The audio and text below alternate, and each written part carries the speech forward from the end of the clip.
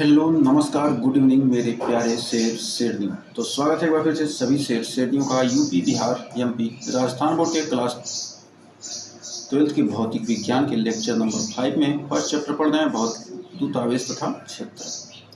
इसमें हम आज चर्चा करने वाले वैद्युत क्षेत्र तथा वैद्युत बल रेखाओं के बारे में एकदम डिटेल के साथ चर्चा करेंगे। तो आइए वैद्युत क्षेत्र होता क्या है इसके बारे में एकदम शानदार तरीके से बेहतरीन तरीके से जानते हैं। तो सेशन पसंद आए तो लाइक शेयर जरूर कीजिएगा। एकदम बेसिक लेवल से जीरो लेवल से शुरुआत चल रही है। यदि आपने पीछे के लेक्चर नहीं देखे तो एक बार जरूर जाकर देखिए। यदि आपको बोर्ड में 95+ स्कोर करना है तो आप हमारे साथ जुड़े रहिए। तो आइए शुरुआत करते हैं शानदार तरीके से। तो वैद्युत क्षेत्र होता क्या है? कोई भी चीज़ है जैसे जलेबी छन रही है, इसके चारों ओर तरफ कुछ ऐसा क्षेत्र होगा जहाँ तक आपको क्या करेगी, महक जाएगी। ये जलेबी खा रही है तो इसके मुंह में, आपके मुंह में पानी आ रहा होगा, मतलब उस क्षेत्र में आप जहाँ तक आप देख सकते हैं आपको मुंह में क्या आएगा, पानी आएगा। तो जलेबी का भी कुछ क्षेत्र होता है, मतलब हर चीज़ का। ये देखिए इसको महक यहाँ तक इसके नाक तक जा रही है, तो मतलब कुछ क्षेत्र होगा। जैसे एक मान लेते हैं कोई परीक्षण आवेश है, ये कोई क्यू आवेश है, इसे यह स्रोत आवेश कहते हैं, स्रोत आवेश कहते हैं। आवेश यह कोई आवेश है, इसके चारों तरफ क्या होगा, कुछ क्षेत्र होगा। इसके चारों तरफ क्या होगा, कुछ क्षेत्र होगा जहाँ हम क्या कहते हैं, मान लेते हैं परीक्षण आवेश रख देते हैं, परीक्षण आवेश रख देते हैं। इसे कह सकते हैं क्या हम, Q0, जिसे हम कह सकते हैं Q0, इसे परीक्षण आवेश मान लेते हैं, इसे हम परीक्षण आवेश मान लेते हैं। तो ये किसी एक कोई आवेश है, इसके चारों तरफ मतलब इसका कुछ क्या होगा, क्षेत्र उत्पन्न होगा। किसी आवेश के चारों ओर वह क्षेत्र, यहाँ पर एक कोई आवेश है, इसके चारों तरफ हमने क्या किया, मान लिया ये कोई क्षेत्र मान लिया। किसी आवेश के चारों तरफ का वह क्षेत्र जहाँ पर हम क्या कहते हैं, वैद्युत बल या इसके आकर्षण या प्रतिकर्षण का क्या होता है, अनुभव होता है। मान लीजिए क्या है, हमारा परीक्षण आवेश है, इसके चारों तरफ का क्या कोई क्षेत्र है, इसके चारों तरफ क्या है, कोई क्षेत्र है जहाँ पर हमने क्या किया, परीक्षण आवेश रख देते हैं। तो हमने क्या किया, छोटा सा आवेश रख दिया Q0, यहाँ पर Q0 रख दिया। तो इस आवेश के चारों तरफ का वह क्षेत्र जहाँ पर ये जो हमारा परीक्षण आवेश है क्या करता है, आकर्षण का या कोई अन्य आवेश है, या तो आकर्षण का या प्रतिकर्षण का अनुभव करता है, उसी को हम क्या कहते हैं, वैद्युत क्षेत्र कहते हैं। तो वैद्युत क्षेत्र अब आइए समझते हैं। तो लिखते हैं इसको, डिफिनीशन कैसे लिखेंगे। किसी आवेश के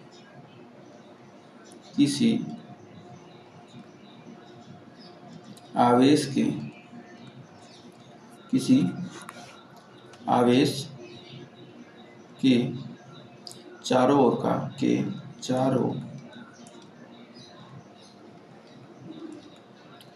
का वह क्षेत्र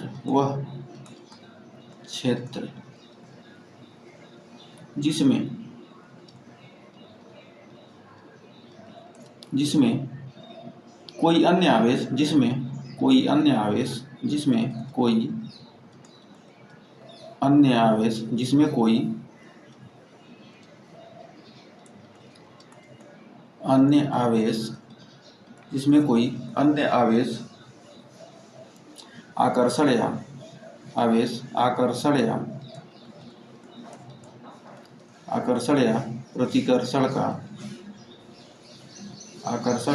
प्रतिकर्षण, जिसे कहेंगे वैद्युत बल या प्रतिकर्षण, या कोई अन्य आवेश वैद्युत बल का, वैद्युत लिख रहे हैं, वैद्युत बल का क्या करता है, अनुभव करता है। आकर्षण या वैद्युत हो गया ना, बल लिखेंगे।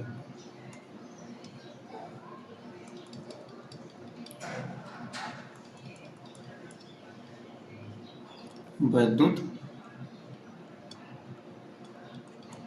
बल का अनुभव करता है,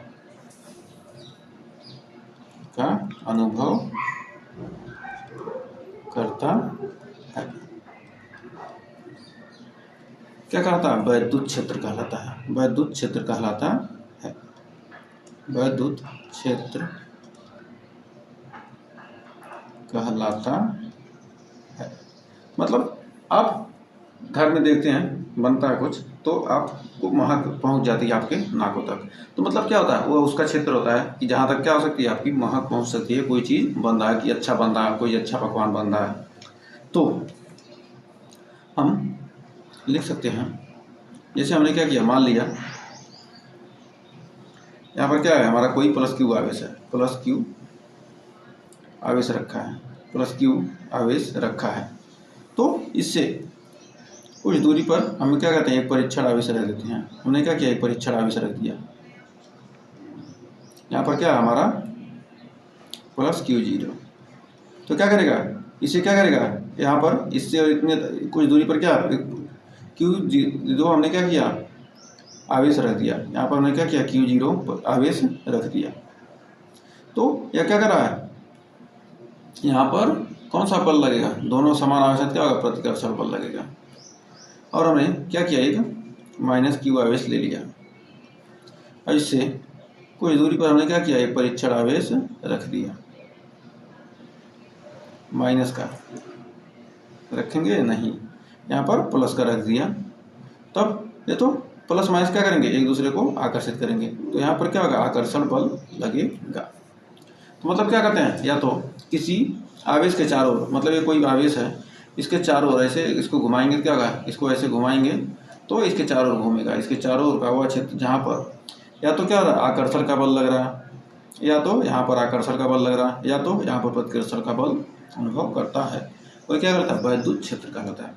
किसी आवेश के चारों ओर का वह क्षेत्र जिसमें कोई अन्य आवेश आकर्षण या प्रतिकर्षण बल का, जैसे कोई पकवान बन रहा है तो वह क्षेत्र जहाँ तक आपके को क्या होता है, उसकी महक दिखाई देती है। महक क्या होती है, पता चलती है। वही आपका क्या होता है, उस पकवान का आकर्षण क्षेत्र या प्रतिकर्षण क्षेत्र होता है। या तो आकर्षण क्षेत्र क्या होगा, अच्छी सुगंध होगी तो आकर्षण क्षेत्र, यदि कोई जानवर बना है तो वह क्या करेगा, प्रतिकर्षण क्षेत्र हो जाएगा। और पकवान बना तो आकर्षण क्षेत्र, ऐसे समझ सकते हैं। तो बढ़ते हैं आगे। कर वैद्युत क्षेत्र की तीव्रता। अब जानेंगे हम वैद्युत क्षेत्र की तीव्रता। प्रति एकांक धन परीक्षण आवेश पर लगने वाले वैद्युत बल को वैद्युत क्षेत्र की तीव्रता कहते हैं। मतलब वही जो धन परीक्षण आवेश है उसके उस पर जो लगने वाला वैद्युत बल है, वही क्या कहलाती है, वैद्युत क्षेत्र की तीव्रता कहलाती है। तो हमारा वैद्युत क्षेत्र की तीव्रता को हम प्रदर्शित करते हैं किससे, ई से हम प्रदर्शित करते हैं। तो वैद्युत क्षेत्र की तीव्रता हमारा ई बराबर होता है, यह सदिश राशि होती है। तो एकांक धन परीक्षण आवेश, हमने क्या किया, एकांक धन परीक्षण आवेश ले लिया। एकांक धन परीक्षण आवेश पर लगने वाला जो हमारा क्या है, वैद्युत बल, यही क्या कहलाता है, वैद्युत क्षेत्र की तीव्रता कहलाता है। ये हमारा क्या होगा, वैद्युत क्षेत्र की ये हमारा कहलाएगा वैद्युत क्षेत्र की तीव्रता।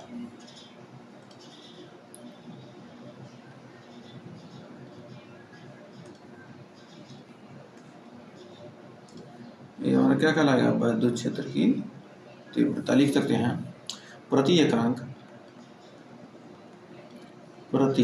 एकांक धन परीक्षण आवेश पर एकांक धन परीक्षण आवेश पर लगने वाले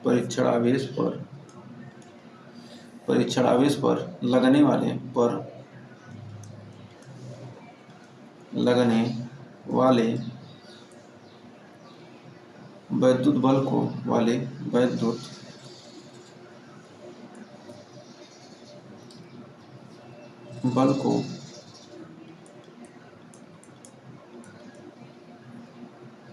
वैद्युत क्षेत्र की तीव्रता कहते हैं। क्या कहते हैं, वैद्युत क्षेत्र की तीव्रता कहते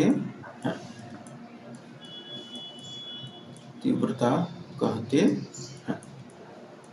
मतलब प्रति एकांक धन परीक्षण आवेश पर लगने वाले वैद्युत बल को वैद्युत क्षेत्र की तीव्रता कहते हैं। यह राशि कैसी होती है, यह राशि होती है सदिश राशि। राशि कैसी होती है, राशि होती है सदिश राशि। सदिश राशि, यह राशि कैसी है? सदिश राशि। इसकी दिशा होती है धन परीक्षण परीक्षण पर लगने वाले बल की दिशा। इसकी दिशा होती है, इसकी दिशा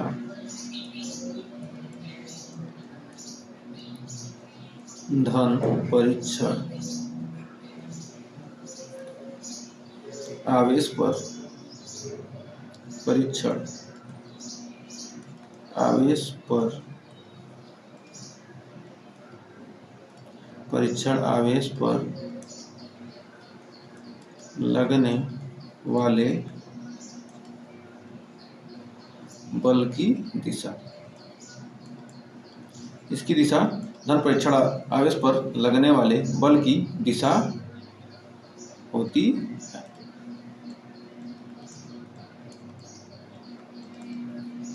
तो उम्मीद है यहाँ तक कोई डाउट नहीं होगा। इसका मात्रक क्या हो जाएगा? मात्रक,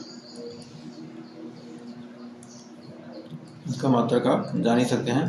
तो बल का मात्रक क्या है? न्यूटन। आवेश का मात्रक है कूलाम, न्यूटन प्रति कूलाम। न्यूटन प्रति कूलाम।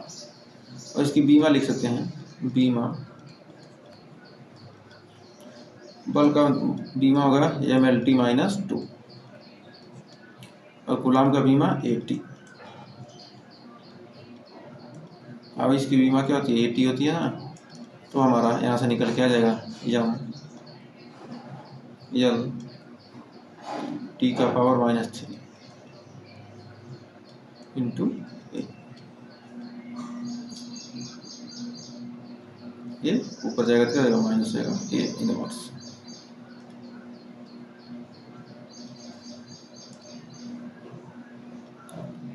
तो हमें उम्मीद है यहाँ तक आपको कोई डाउट नहीं होगा और अच्छे से क्लियर हो गया होगा। तो बढ़ते हैं आगे। अब इसका वेक्टर रूप लिखेंगे, सदिश रूप।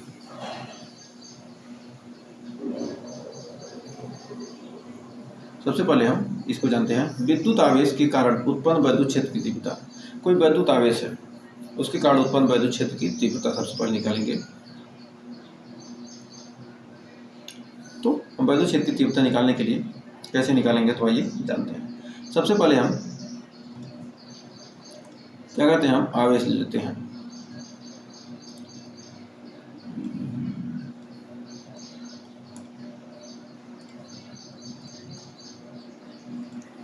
सबसे पहले हम दो आवेश ले लेते हैं। दो आवेश, हमारा ये Q है और ये हमारा क्या है? Q0 है। और कुछ दूरी पर रखे हैं, मतलब ये हमारा कोई आवेश है, मूल आवेश, और कोई परीक्षण आवेश कुछ दूरी पर रखा है। तो हमारा दोनों क्या है? आवेश क्या है? दोनों क्या है? समान आवेश हैं। तो क्या होगा? इस पर कौन सा बल लगेगा? इस पर लगेगा हमारा प्रतिकर्षण बल। कौन सा बल लगेगा? प्रतिकर्षण का। तो हमारा बल लग रहा है क्या? प्रतिकर्षण बल। हमारा कोई बिंदु P पर परीक्षण आवेश रखा है, इस पर हमें वैद्युत क्षेत्र की तीव्रता निकालनी है। कोई Q दूरी पर, R दूरी पर क्या आवेश, Q से R दूरी पर हमें एक परीक्षण आवेश रखा है बिंदु P पर। यहाँ वैद्युत क्षेत्र की तीव्रता निकालनी है। तो E बराबर यहाँ पर हो जाएगा हमारा, E का मान हमें क्या करना? निकालना है। वैद्युत क्षेत्र की तीव्रता हमें निकालनी है बिंदु P पर। बिंदु P पर वैद्युत क्षेत्र की तीव्रता निकालनी है। तो वैद्युत क्षेत्र की तीव्रता निकालनी है, तो हम कूलाम के नियम से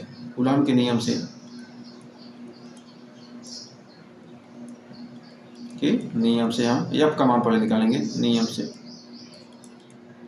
से जो हमारा F लगेगा, यहाँ पर F का मान निकलेगा 1/4 epsilon not into Q into Q0 upon R²।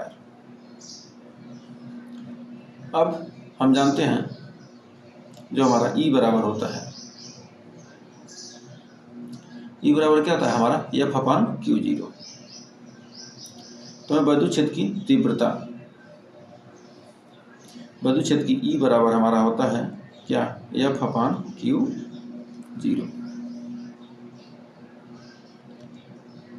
हमारा E बराबर क्या होता है? F/Q0।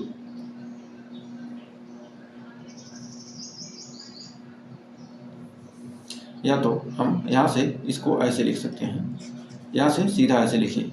हम Q0 को क्या कहते हैं, F के नीचे लाते हैं, तो हम लिख सकते हैं F बटे Q0 बराबर बच जाएगा हमारा 1/4 pi epsilon not into Q/R²। इस Q0 को हमने क्या किया, यहाँ पर ला दिया, तब F/Q0 हमारा क्या होता है, वैद्युत क्षेत्र होता है E। तो लिख सकते हैं 1/4 pi epsilon not into Q/R²। ये हमारा क्या हो गया, वैद्युत क्षेत्र की तीव्रता का व्यंजक प्राप्त हो गया। हमारा वैद्युत क्षेत्र की तीव्रता का क्या हो गया, व्यंजक प्राप्त हो गया। ये हमारा क्या है, वैद्युत क्षेत्र की तीव्रता का फार्मूला निकल कर आ गया। तो उम्मीद है यहाँ तक कोई डाउट नहीं होगा और अच्छे से क्लियर हो गया होगा। तो बढ़ते हैं आगे। अब इसका सदिश रूप देखेंगे। सदिश रूप अब लिखेंगे ना, पहले सदिश रूप, इसको सदिश रूप में लिखेंगे तो हमारा वेक्टर ई बराबर होता है क्या, 1/4 pi epsilon not into Q/R²। तो आर को हम वेक्टर फॉर्म में लिखेंगे तो इस क्या करेंगे, हम आर कैप लगा देंगे। वेक्टर फॉर्म में क्या करेंगे, आर कैप लगा देंगे, चूँकि वेक्टर ई बराबर हो जाएगा हमारा 1/4 pi epsilon not into Q/R²। तो हम इसको वेक्टर फॉर्म में लिखेंगे। आर कैप को हम लिख सकते हैं वेक्टर R/R। अब यहाँ से हमारा वेक्टर ई बराबर आ जाएगा 1/4 pi epsilon not into Q/R³ into vector R। ये हमारा क्या हो गया, सदिश रूप में आ गया। तो ये हमारा जो हमारा वेक्टर R/R कैसे आया है, तो हम ए कैप को लिखते हैं, ए कैप को लिखते हैं वेक्टर A/mod A, या वेक्टर ए बराबर हमारा होता है A into A cap. Vector A बराबर क्या होता है हमारा, ए इंटू ए कैप होता है। किसी को हम क्या कहते हैं, किसी राशि को हम सदिश में वेक्टर ऊपर प्रदर्शित करते हैं तो उसे ए इंटू ए कैप से प्रदर्शित करते हैं। किसी राशि को हम क्या करते हैं, यदि हम सदिश रूप में प्रदर्शित कर रहे हैं तो ए इंटू ए कैप के रूप में प्रदर्शित करेंगे। अब कोई एकांक वेक्टर है तो उसे हम क्या करेंगे, वेक्टर A/mod A करके लिख देंगे। और यही चीज़ हमें क्या किया यहाँ पर किया है। तो उम्मीद है यहाँ तक कोई डाउट नहीं होगा। तो भाई इस पर क्वेश्चन सॉल्यूशन करते हैं। का एक अल्फा कण है 15 × 10⁻⁴ न्यूटन प्रतिकूलाम के वैद्युत क्षेत्र में स्थित है, तो उस पर लगने वाला वैद्युत बल की गणना कीजिए। तो हमारा ई बराबर होता है क्या, F/Q। चूँकि अल्फा कण है, अल्फा कण पर आवेश क्या होता है, अल्फा कण पर जो हमारा आवेश का मान होता है 3.2 × 10⁻⁻19 कूलाम होता है। ये तो आपको याद रखना चाहिए, आपने 11वीं केमिस्ट्री में पढ़ा है। तो ई बराबर F/Q। तो हमारा F का ई का मान कितना है, 15 × 10⁻⁴, और F का मान पूछ रहा है और Q का मान दिया है 3.2 × 10⁻⁻19। अब ये आपस में गुणा हो जाएंगे तो हमारा हो जाएगा F बराबर 15 × 10⁻⁴ × 3.2 × 10⁻⁻19। तो 15 दूना 30 को 0, 15 × 45, 3 48, 48.0 × 10⁻⁻19 में 4 गया 10⁻⁻15, यानी 4.8 × 10⁻14 न्यूटन। ये हमारा क्या जाएगा आंसर, ये 1 दशमलव इधर जाएगा तो क्या होगा, ये हमारा इसमें 1 प्लस हो जाएगा तो इतना आ जाएगा। तो उम्मीद है यहाँ तक कोई डाउट नहीं होगा और अच्छे से क्लियर हो गया होगा। तो आइए एक और क्वेश्चन देखते हैं। कर एक बिंदु आवेश है जिस पर 1 मीटर की दूरी पर उत्पन्न वैद्युत क्षेत्र की तीव्रता 450 न्यूटन प्रति कूलाम है, तो आवेश का मान ज्ञात कीजिए। तो आवेश का मान क्या करना है यहाँ पर ज्ञात करना है। एक बिंदु आवेश से 1 मीटर की दूरी पर उत्पन्न वैद्युत क्षेत्र की तीव्रता दी है 450। तो 1 मीटर की दूरी पर आर का मान कितना दे दिया, 1 मीटर की दूरी पर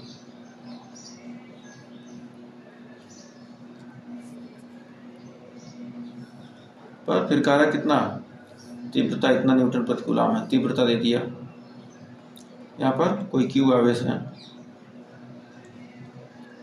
क्यू आवेश है, इससे आर दूरी पर यानी 1 मीटर की दूरी पर वैद्युत क्षेत्र की तीव्रता ई का मान दिया है 450 न्यूटन प्रति कूलम। तो आवेश का मान ज्ञात करना है, तो क्यू बराबर ई बराबर हमारा हो जाएगा, ई बराबर होता है 1/4 pi epsilon not into Q upon R square. तो हमारा ई का मान दिया है 450 और हमारा 1/4 पाई 9 × 10 का पावर 9, क्यू का मान पूछ रहा है और आर का मान दे दिया है कितना 1 मीटर यानी 1 का स्क्वायर।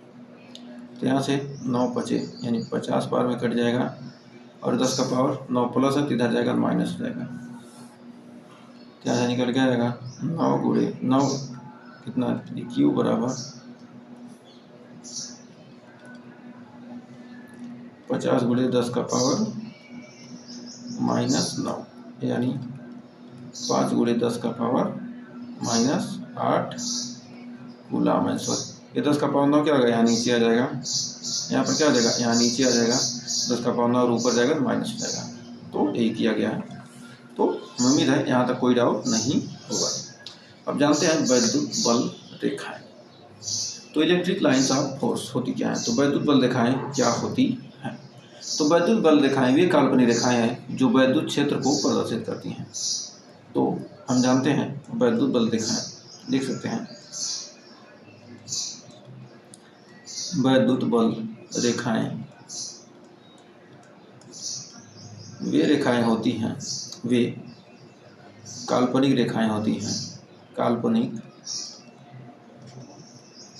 रेखाएं हैं, काल्पनिक रेखाएं हैं जो वैद्युत क्षेत्र को क्या करती हैं, जो वैद्युत क्षेत्र को प्रदर्शित करती हैं, वैद्युत क्षेत्र को प्रदर्शित करती हैं, प्रदर्शित करती हैं। तो वैद्युत बल रेखाएं वे रेखाएं होती हैं जो वैद्युत क्षेत्र को क्या करती हैं, प्रदर्शित करती हैं। अब वैद्युत क्षेत्र में स्थित, फिर अगला पॉइंट हम लिख सकते हैं कि वैद्युत क्षेत्र में स्थित स्वतंत्र धन परीक्षण आवेश जिस मार्ग का अनुसरण करता है उन्हें वैद्युत बल रेखाएं कहते हैं। या तो दूसरा हम लिख सकते हैं वैद्युत क्षेत्र में स्थित, वैद्युत क्षेत्र में स्थित, क्षेत्र में स्थित धन परीक्षण आवेश, धन परीक्षण आवेश, धन परीक्षण आवेश जिस मार्ग का परीक्षण आवेश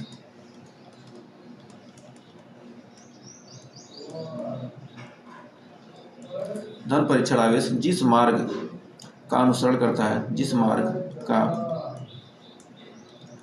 अनुसरण करता है, अनुसरण करता है, करता है उन्हें वैद्युत बल रेखाएं कहते हैं, करता है उन्हें वैद्युत बल रेखाएं कहते हैं, रेखाएं कहते हैं। और जो वैद्युत बल रेखाएं होती हैं ये काल्पनिक रेखाएं होती हैं। क्या होती हैं, ये काल्पनिक रेखाएं होती हैं, ये काल्पनिक रेखाएं होती हैं, रेखाएं होती हैं। जो वैद्युत बल रेखाएं होती हैं क्या होती हैं, ये काल्पनिक रेखाएं होती हैं। फिर जानते हैं अब इनके इंपॉर्टेंट पॉइंट। तो वैद्युत बल रेखाएं ऐसी काल्पनिक रेखाएं हैं जिसकी प्रत्येक बिंदु पर खींची गई स्पर्श रेखा उस बिंदु पर क्या होती है, वैद्युत क्षेत्र की दिशा को बताती है। या एक पॉइंट और लिख सकते हैं, वैद्युत बल रेखाएं, वैद्युत बल रेखाएं ऐसी रेखा होती है, वैद्युत बल रेखाएं ऐसी काल्पनिक रेखा होती है, ऐसी काल्पनिक रेखा होती है, काल्पनिक रेखा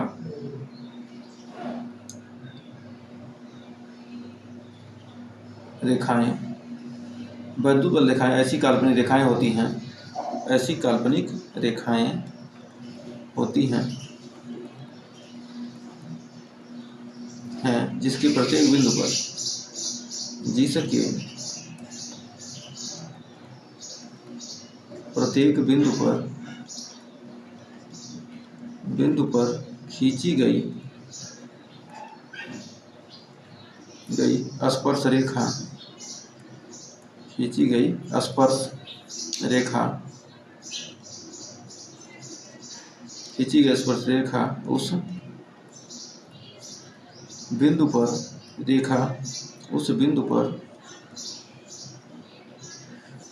प्रत्येक बिंदु पर खींची गई स्पर्श रेखा उस बिंदु पर वैद्युत क्षेत्र की, उस बिंदु पर वैद्युत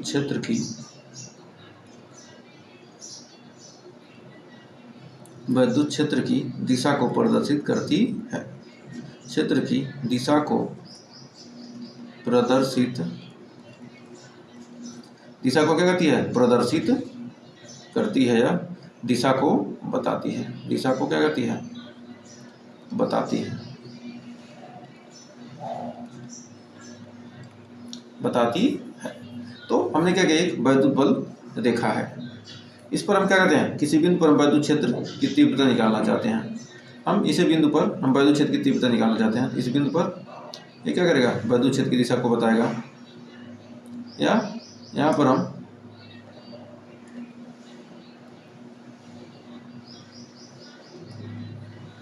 यहाँ पर एक वैद्युत क्षेत्र की तीव्रता दिशा निकालना चाहते हैं, तो यहाँ पर भी क्या करेगा, दिशा को बताएगा, या क्या कर रहा है, वैद्युत क्षेत्र की दिशा को प्रदर्शित कर रहा है। तो उम्मीद है यहाँ तक आपको कोई डाउट नहीं होगा और अच्छे से क्लियर हो गया होगा। तो भाई इसके गुण के बारे में जानते हैं। तो वैद्युत बल रेखाओं के गुण, पहला, जो हमारी वैद्युत बल रेखा है, मतलब कोई धन परीक्षण आवेश है, तो एकल धनावेश के कारण, मतलब कोई एक सिंगल धनावेश है, तो उसके कारण वैद्युत बल रेखाएं धनावेश से प्रारंभ होती हैं और अनंत पर समाप्त होती हैं।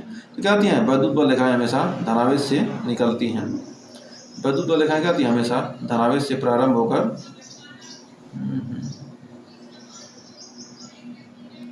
वैद्युत बल रेखाएं क्या होती हैं, हमेशा धनावेश से निकलती हैं। तो यहाँ पर देखिए धनावेश से ही तो निकलनी वैद्युत बल रेखाएं, वैद्युत बल रेखाएं हमेशा क्या होती हैं, धनावेश से निकलती हैं और अनंत पर समाप्त हो जाती हैं।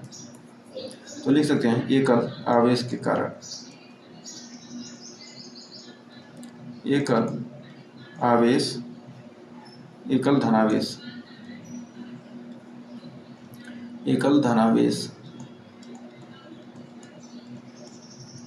धनावेश के कारण, धनावेश के कारण वैद्युत बल रेखाएं, कारण वैद्युत बल रेखाएं, वैद्युत बल रेखाएं, एकल धनावेश के कारण जो हमारी वैद्युत बल रेखाएं होती हैं, बल रेखाएं धनावेश से प्रारंभ होती हैं, वैद्युत बल रेखाएं धनावेश से प्रारंभ होती हैं, धनावेश से प्रारंभ होती हैं, प्रारंभ होती हैं, धनावेश से क्या होती हैं, प्रारंभ होती हैं और अनंत पर समाप्त होती हैं, और अनंत पर समाप्त होती हैं, अनंत पर समाप्त होती है।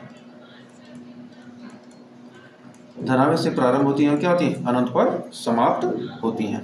तो हमारा यहाँ पर कोई परीक्षण की परीक्षण आवेश यदि रख दिया गया तो क्या होती है, धनावेश से निकलेंगी और क्या होती है, अनंत पर समाप्त होती है।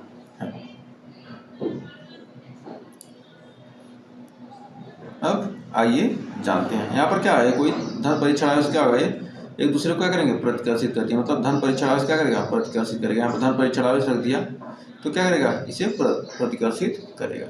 अब दूसरा पॉइंट, लिख सकते हैं एकल धनावेश के कारण, एकल ऋणावेश के कारण, मतलब हमने कोई क्या किया, ऋणावेश ले लिया।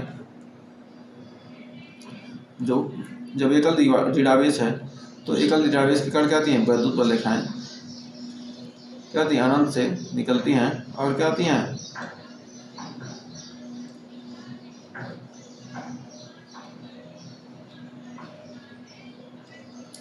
तो हमारी एकल ऋणावेश के कारण वैद्युत बल रेखाएं अनंत से प्रारंभ होती हैं और ऋणावेश पर समाप्त होती हैं। तो एकल ऋणावेश के कारण, एकल ऋणावेश के कारण, वेश के कारण वैद्युत बल रेखाएं, कारण वैद्युत बल रेखाएं, वैद्युत बल रेखाएं एकल ऋणावेश के कारण वैद्युत बल रेखाएं अनंत से प्रारंभ होती हैं, रेखाएं अनंत से प्रारंभ होती हैं, अनंत से प्रारंभ होती हैं, अनंत से प्रारंभ होती हैं और ऋणावेश पर समाप्त होती हैं, और ऋणावेश पर समाप्त होती हैं, समाप्त होती है। अनंत से प्रारंभ होती है और ऋणावेश पर क्या होती है, समाप्त हो जाती है। यहाँ पर कोई क्या है, यहाँ पर धन परीक्षण आवेश है तो क्या होगा, यह इधर से जाएगा। यहाँ पर भी क्या है, कोई परीक्षण आवेश है तो क्या करेगा, इसको इसी तरफ आकर्षित करेगा। यहाँ पर कोई परीक्षण आवेश है, क्या धन परीक्षण आवेश है तो क्या करेगा, ये ऋणावेश क्या करेगा, इसे आकर्षित करेगा। इस धन परीक्षण आवेश को क्या करेगा, अपनी तरफ आकर्षित करेगा। अब अगला पॉइंट, तीसरा पॉइंट देखते हैं। मतलब जो वैद्युत बल रेखाएं होती हैं धनावेश से निकलती हैं और ऋणावेश पर क्या होती हैं, समाप्त हो जाती है। तो वैद्युत बल रेखाएं हमेशा धनावेश से निकलेंगी, ऋणावेश पर समाप्त हो जाएंगी। वैद्युत बल रेखाएं हमेशा क्या होती हैं, धनावेश से निकलती हैं और ऋणावेश पर क्या होती हैं, समाप्त हो जाती है।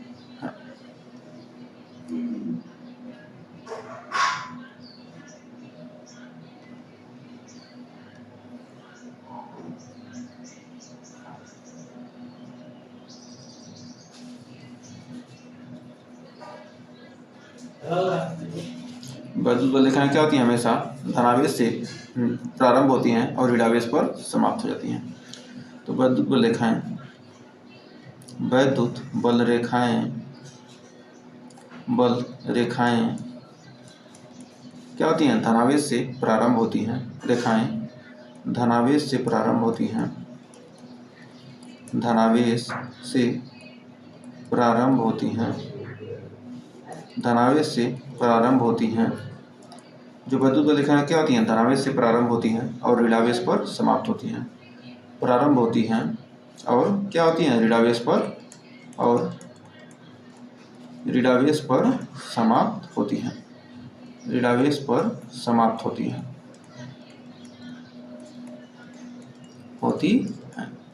तो वैद्युत बल रेखाएं क्या होती हैं, धनावेश से प्रारंभ होती हैं और ऋणावेश पर क्या होती हैं, समाप्त होती हैं।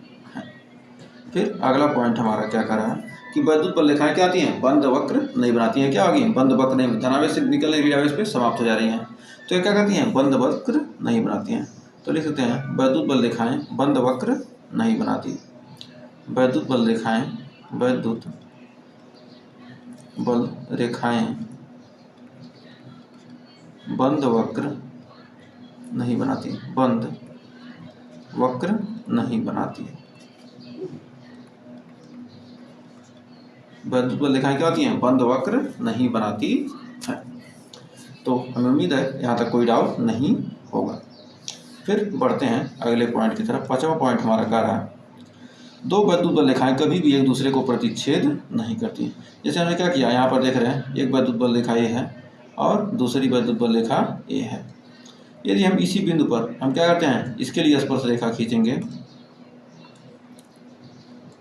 तो हम इसके लिए स्पर्श रेखा खींचेंगे तो इधर आएगा और इसके लिए हम स्पर्श रेखा खींचेंगे तो इसकी दिशा यहाँ पर आएगी।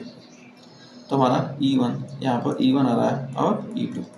तो हम कह सकते हैं दो वैद्युत बल रेखाएं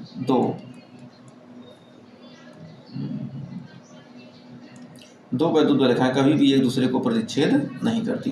यदि प्रतिच्छेद करेंगी तो इनकी दिशाएं क्या होंगी, दो अलग अलग दिशा प्रदर्शित होगा, जो कि संभव नहीं है। तो कैसे लिखेंगे, यहाँ पर क्या करें, एक ही बिंदु पर प्रतिच्छेद यदि करती हैं तो क्या होगा, दो दिशा प्रदर्शित कर रही है, तो एक ही स्थान पर दो दिशाएं संभव नहीं है। तो कह सकते हैं दो वैद्युत बल रेखाएं, लिख सकते हैं दो वैद्युत बल रेखाएं कभी भी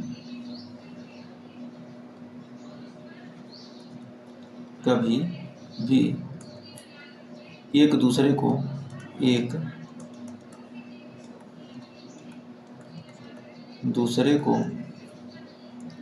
प्रतिच्छेद नहीं करती।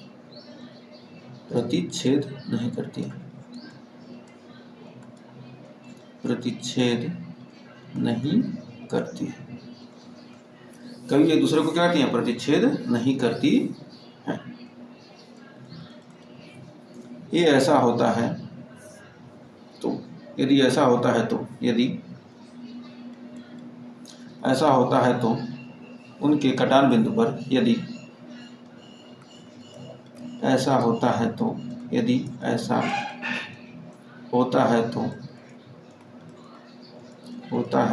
तो उनके यदि प्रतिच्छेद करती हैं तो, मतलब यदि ऐसा होता है यानी प्रतिच्छेद करती हैं तो, यदि ऐसा होता है तो उनके कटान बिंदु पर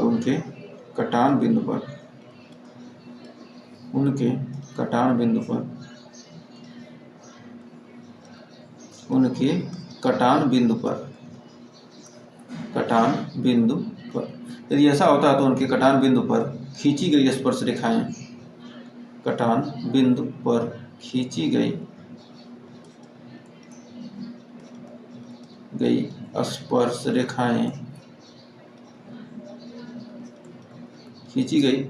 रेखाएं दो अलग अलग रेखाएं, यदि ऐसा होता है तो उनके कटान बिंदु पर खींची गई स्पर्श रेखाएं दो अलग अलग वैद्युत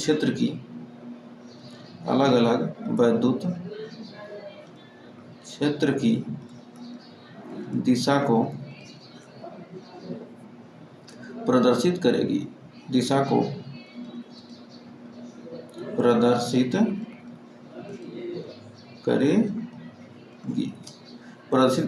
जो कि असंभव है। क्या है, असंभव है। मतलब एक ही बिंदु पर क्या दो वैद्युत क्षेत्र की दिशाएं हो सकती हैं, नहीं। यह क्या है, असंभव है। फिर बढ़ते हैं आगे। अगला पॉइंट हमारा कह रहा है क्या, लास्ट पॉइंट है, वैद्युत बल रेखाएं हमेशा सतत होती हैं। मतलब धनावेश से निकलेंगी, ऋणावेश पर समाप्त हो जाएंगी। तो या तो क्या होती हैं, या तो अनंत से आएंगी, ऋणावेश पर समाप्त हो जाएंगी, या धनावेश से निकलेंगी, अनंत पर चली जाएंगी। तो लिख सकते हैं कि वैद्युत बल रेखाएं हमेशा क्या होती हैं, सतत होती हैं। वैद्युत बल रेखाएं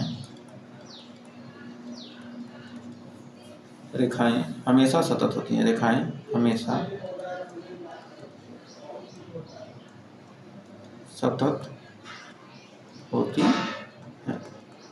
वैद्युत रेखाएं क्या होती हैं, हमेशा सतत होती है। तो हमें उम्मीद है यहाँ तक आपको कोई डाउट नहीं होगा और अच्छे से क्लियर हो गया होगा। तो हमें उम्मीद है यहाँ तक आपको सेशन पसंद आया होगा। तो आइए एक होमवर्क देते हैं। तो आपके लिए एक होमवर्क है कि एक इलेक्ट्रॉन के आवेश के कारण निर्वात में 1 मीटर की दूरी पर वैद्युत क्षेत्र की तीव्रता ज्ञात कीजिए। तो एक इलेक्ट्रॉन का, कोई इलेक्ट्रॉन है, इलेक्ट्रॉन का आवेश भी दे दिया, यहाँ पर Q का मान भी दे दिया है और R का मान दे दिया है। तो क्या पूछ रहा है, वैद्युत क्षेत्र की तीव्रता E का मान पूछ रहा है। तो आपको E का मान निकालना है। तो यदि आपको, ये आपके लिए क्या है, होमवर्क है। आप हमारे टेलीग्राम ग्रुप, व्हाट्सएप ग्रुप से जुड़ जाइए। व्हाट्सएप मैसेज की 9839254616 इस नंबर पर व्हाट्सएप करके आप टेलीग्राम ग्रुप से हमारे जुड़ जाइए और वहाँ पर इसका सॉल्यूशन जरूर भेजिएगा। तो हमें उम्मीद है आपको सेशन पसंद आएगा। सेशन पसंद आए तो सेशन को लाइक कीजिएगा, शेयर कीजिएगा और चैनल को अभी तक सब्सक्राइब नहीं किया तो चैनल को सब्सक्राइब कर लीजिए।